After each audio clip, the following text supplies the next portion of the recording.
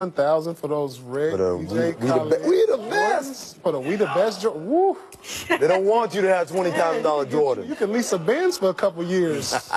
Gee. I love that he could just pull that out at the drop of the hat, by the way. First of all, thanks to producer Nate who put that together and thought of the idea, which I love. And then thanks to PJ for showing us. I mean, that sneaker collection is nuts. If you want those We the Best, is call CP. Or as a matter of fact, how about go to him in the locker room and say, give you some. But the cool thing about PJ is he's a sneaker enthusiast, but he also does a lot charity-wise to help kids get sneakers. He partners with the Boys and Girls Club in Phoenix. That's great. A charity event called Kicks for Kids that they do, and they have people come donate sneakers and they give kids. By the way, that was not like a mandatory mention at the end of that piece. No one brought that up except for me. And that's because I go to that thing every year and I bring boxes and stuff like that. Right. So they do a good job. That's very cool. And by the way, not everybody makes Paul Pierce money in this league. So the fact that he spends that much on sneakers. Well, no, but you know what I mean? Like for the guy, like yes, if KD or someone had this crazy sneaker collection, a guy like PJ Tucker, who still makes a lot of money, but like you know, I mean, the fact that this is what he's decided is very important to put a percentage of his income into.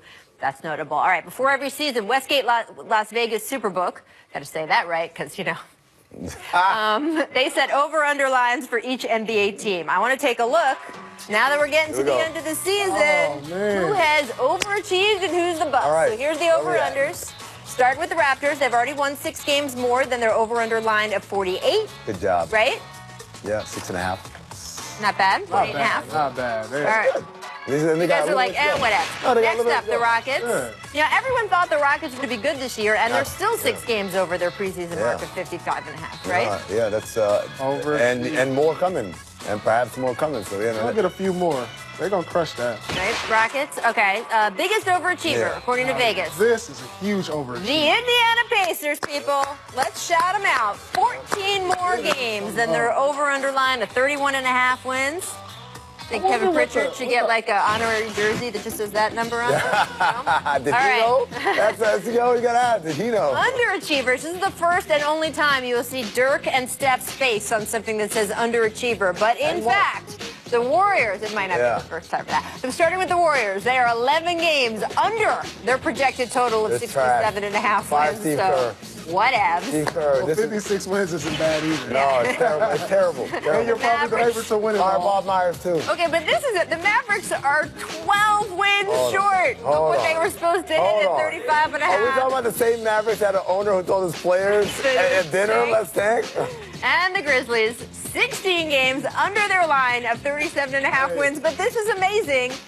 Yet, they still kind of messed up their tanking and handed it to Phoenix in the final month of the season here. We'll have to see how it all turns out. But I think Phoenix is looking good, right? They're 2 or 3 ahead for that last spot in the lottery. They're taking a stranglehold, Really? So Memphis didn't quite get it done. Phoenix is going to get it. Phoenix is going to win the tank wars. They're considered what I consider the slump buster team. All right, so interesting you bring that up. We will be talking about that later in the show. I do want to take a look at some of the over-under lines that are too close to call. Okay.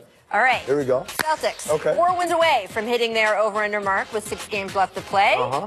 Let's look at their remaining schedule. They're going to get that. They're getting that. I think they're getting it. But let's look at the schedule. If we look at the schedule, I bet you they're going to get it. Take a look at the schedule, though, because, all right, so they got 2 wins. I already see 2 wins, 3 wins off the rip. Wait. April 6th, April 8th, April 11th, dub. Right there. Although, remember, Brooklyn is playing to win because they were on their pick. I'm just saying. Milwaukee is a win. You think Milwaukee's the one? They're going to do it. I think Washington, April 10th is the win. April 3rd, 6th, 8th, 11th is for sure. Y'all don't think they can win the Raptors game? That'll be a toss-up. That's a toss-up. I think the Raptors are going to come in with a sense of urgency now. Right, after the Clippers. But I think, I'm with Paul. They're going to get those 4. I want to talk about Paul's old team, the Clippers. 3 wins away from hitting the other old team, from hitting the over with 5 games left. 4-6 over the last 10, and here are their remaining matchups. 3 out of 5. Okay, let's see what it's like. All right, maybe, perhaps. 3 wins in 5 games. Let's see. Okay. San Antonio, not so sure. At Utah, not so sure. Rockets fight for a spot. I'd like to point out the Clippers are not technically eliminated yet. So they could, this week, should decide if they're still in contention for 8th spot. I don't see 3 there. I mean, let me put it this way. The Clippers had not been technically eliminated when we started the show. I don't know if it has happened in the time since. I'm not so sure they make that. Next up is the Heat. They are 3 wins away. The Islands. Where's my jacket? 3 wins away from hitting the over with 5 games left. They're 5-9 wins from in the South last 10. Beach. If they got 3 games in South Beach, I'm picking them. Right? End of the year, think about it. Teams Right. go to South Beach at the end of the year. Yep. They're not in the playoffs. That's They got Atlanta. that's 3 in a row right there. 3 in a row. Got them. Teams are hanging 3 in a out. row right there. What happened on Friday? On Friday, Heat Island. That's for, look, they might win all these games. Right? Look, OKC, the second to last game of the season, No, they're they're going to gonna go be. hang out. They could win the last one though, for the South Raptors Beach. if they have first they'll wrapped have up. They might rest. They They got 3 in a row, but by Friday. See, That's they'll be an playing easy first bet spot. right there. All right, finally we got to get to the Lakers. Oh, This the is Lakers. impressive. I've enjoyed this Lakers season a lot, and Yes. I have not said that in a very One long win time. away. They are just 1 win away from hitting the over. With Seems like 6 they should get games it. left. 1 win. Now, Lonzo Ball is out against the Jazz tonight, who are fighting for playoff position. One So win. take a look at the remaining schedule. They will get that. They could get 1 win. They'll get 1. I think that last game. They'll beat the I Clippers. think they'll be. They'll This beat is the the one game they're going to win. Because They're going to beat here's the the thing. Rockets April 10th Because they're going to be resting. No, I'll tell you, it's Clippers, and I'll tell you why, Paul. You know how you are if you're a vet on a team that's not going to the playoffs.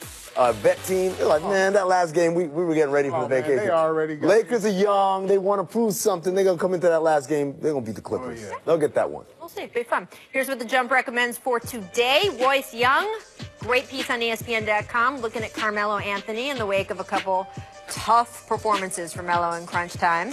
It's a very thoughtful piece. I like this because Royce is always like, okay, but what's this actually about? And he's got a great look at it. You can read it now on your phone. Keep your TV on. Read on your phone because we will be discussing it later in the show. Yep. I don't want to call it homework. It's like advanced prep. It'll make you a smarter... Welcome to